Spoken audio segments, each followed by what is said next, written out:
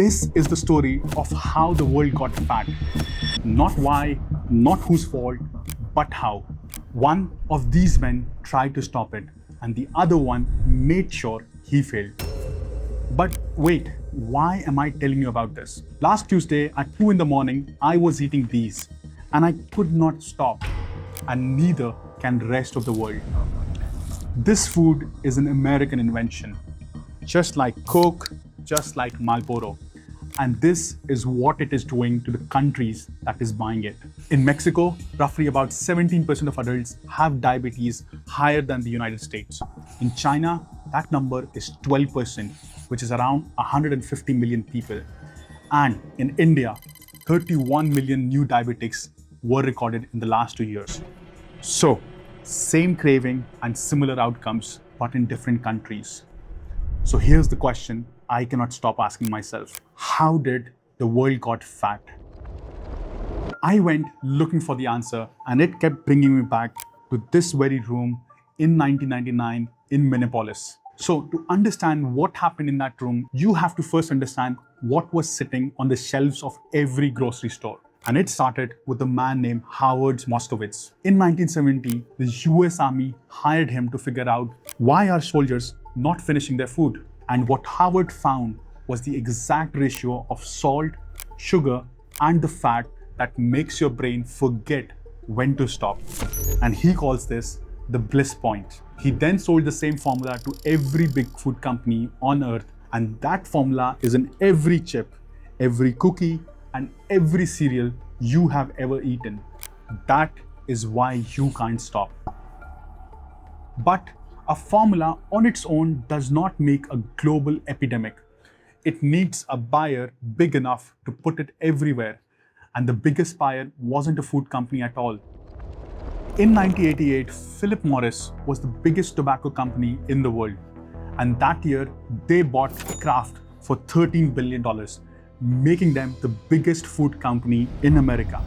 Think about everything you have ever eaten. Kraft mac and cheese, Oscar Mayer, Jello, Honey Bunch of Oats. If you grew up in America, those were in your kitchen. And if you grew up in India, you probably must have eaten Maggi or dairy milk. So, different countries, different wrappers, and same type of products that you have been consuming. And the part that truly is shocking is what a Philip Morris executive said this in 1989 after they bought Kraft. He said that you can now have a complete meal of Philip Morris foods and beverages, followed, of course, by one of their cigarettes. He wasn't joking. He was simply bragging. And that quote literally sits on page 12 of the federal lawsuit filed last December. 10 of the biggest food companies in America are named in it. And on page 8, the lawsuit names one meeting where one man tried to stop all of this, but he failed. So, who was he? His name was Michael Mudd. 20 years in food industry, the suits, the briefcase, a proper corporate guy. And when I first read what he did, I didn't believe it. So on April 8, 1999, at Pillsbury headquarters in Minneapolis, 11 CEOs were sitting in the room. Nestle, Coca-Cola, General Mills, Procter & Gamble, Mars, and 6 others. The men who decided what the world eats. And if you were a kid in the 90s, the flavor that hits your tongue was designed and approved in this room. Mudd had created a whole document with 114 slides. He said that 40 million Americans are already obese, and childhood obesity doubled since 1980. And then he did something his industry had never done. He compared their food to cigarettes. And he ended his presentation with one line: the one thing we shouldn't do is nothing. And then the most powerful man in the room stood up. His name was Stephen Sanger, the CEO of General Mills. And what happened next is the part I had to research carefully because no recording was made of that meeting. 3 people who were in the room told the New York Times what Sanger said. Basically, Sanger called the consumers fickle. He said General Mills wasn't going to, and I'm using the witness exact words, screw around with the company's jewels, which basically means taste sells and profit comes first. End of meeting. Back to Mudd. Well, he stayed in Kraft until 2004. He said that I left the industry when I finally had to acknowledge that reform would never ever come from within. So what Murd warned them about in 1999 was adults, and the people who are getting sick are not adults. So who is getting sick? Murd's slides in 1999 were specifically about type 2 diabetes in children, a disease that used to belong only to the old people. The numbers today are worse than anything Murd showed them. In fact, 62% of American children's daily calories today now come from ultra-processed food. And the reason they aim the children is the part that bothers me the most, because your food preference sets before you really turn 12. So whatever you ate as a kid is the same thing your brain craves when you grow up. That's how you gain a customer for life. You know, they used cereal mascots, toys in the food boxes. This was similar type of marketing strategy used by the tobacco industry. And then I read about a 16-year-old in Pennsylvania. His name is Bryce Martinez, with type 2 diabetes, fatty liver disease, and disease that used to belong to an elderly alcoholics. He got them from the very brands that are probably in your kitchen right now. And his family, well, they are suing 11 food companies. And their first piece of evidence in this case is Michael Mood's 1999 warning. Bryce was 3 years old when Michael gave the warning, but the wave is moving a lot faster in other parts of the globe. I grew up in India. For the most part of this video, I have been telling you what has happened to America. This is the part where this story comes home. India is going through the fastest transition to fast food in the history. The processed food sales in 2006 was close to $1 billion, and by 2019, it moved to $38 billion. 40x growth in just 13 years. Doctors are now diagnosing type 2 diabetes in 9-year-old. That blows up my mind, 9 years old, with a disease that used to require 50 years of bad living. So what took America 40 years to do this to the kids? India seems to have achieved it just in 13 years. And it is just not India. London, Madrid, Lagos, Bangkok, it is coming for you too. The wrappers might change, but the science inside that will not. So I had to ask the obvious next question. So if the science is so clear, why is nobody taking an action on it? In 2023, the World Health Organization warned about aspartame. You know, that's the sweetener used in Diet Coke.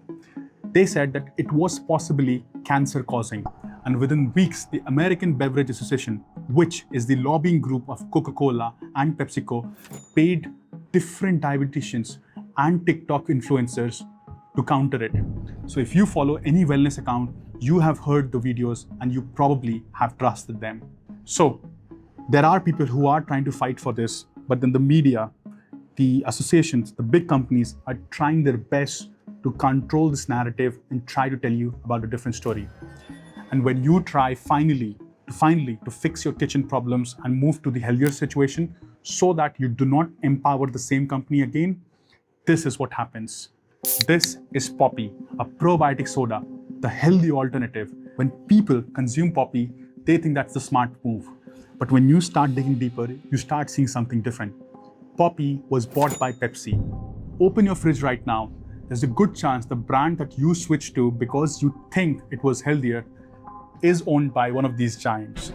So the wellness aisle and the snack aisle are technically owned by the same companies. So they ensure that you also eat healthy, but they also sell the same thing that is causing diabetes. I think you did not escape. You just decided to empower the same companies and paid more for it. And here's the part that took me a while to see. Every piece of advice you have ever been given, read your labels, shop the edges of your eye, cook from scratch, try intermittent fasting. All of this was invented by the same industry that built this problem in the first place. It is exactly the same playbook tobacco used in 1990s. The words personal responsibility and the words informed choices, those phrases were written by industry lobbyists 30 years ago. And if you have decided that this is enough of all of that, I think I'm going to take it seriously. I'm going to study things, but I want to get results really, really fast. And that's when the world introduced you to something called Ozempic. People describe a constant hum of food cravings. There is a name for it, food noise. And Ozempic switches that off for the first time in a lot of people's lives. So Now people are going to spend thousands of dollars a year to switch off this hum that was created 50 years ago because someone chose profit over the future of the generation. And it seems like for 50 years, none of this had consequences until now. So who is finally making them pay? Well, in 1998, the tobacco industry paid around $206 billion to settle the lawsuit in US states. It took 30 years to force them to that table, and tobacco lost. The same fight just started for food. 10 of the largest food companies in America, in San Francisco, are fighting. Same legal framework that broke tobacco. The first piece of evidence cited in this complaint is Michael Mood's 1999 warning. Reporters reached out to every defendant. 4 did not respond, but the food industry lobbyist group did. And they said that there is no agreed scientific definition of ultra-processed food. Classifying food as unhealthy because they are processed misleads consumers. And this is similar defense tobacco used for 40 years. While they argue for definitions, Chile, Brazil, Mexico, all of them are already putting black warning labels on these kind of foods. So 30 years ago, you could not imagine a cigarette pack with a skull on it. Today, you cannot imagine one without. The same is about to happen for food.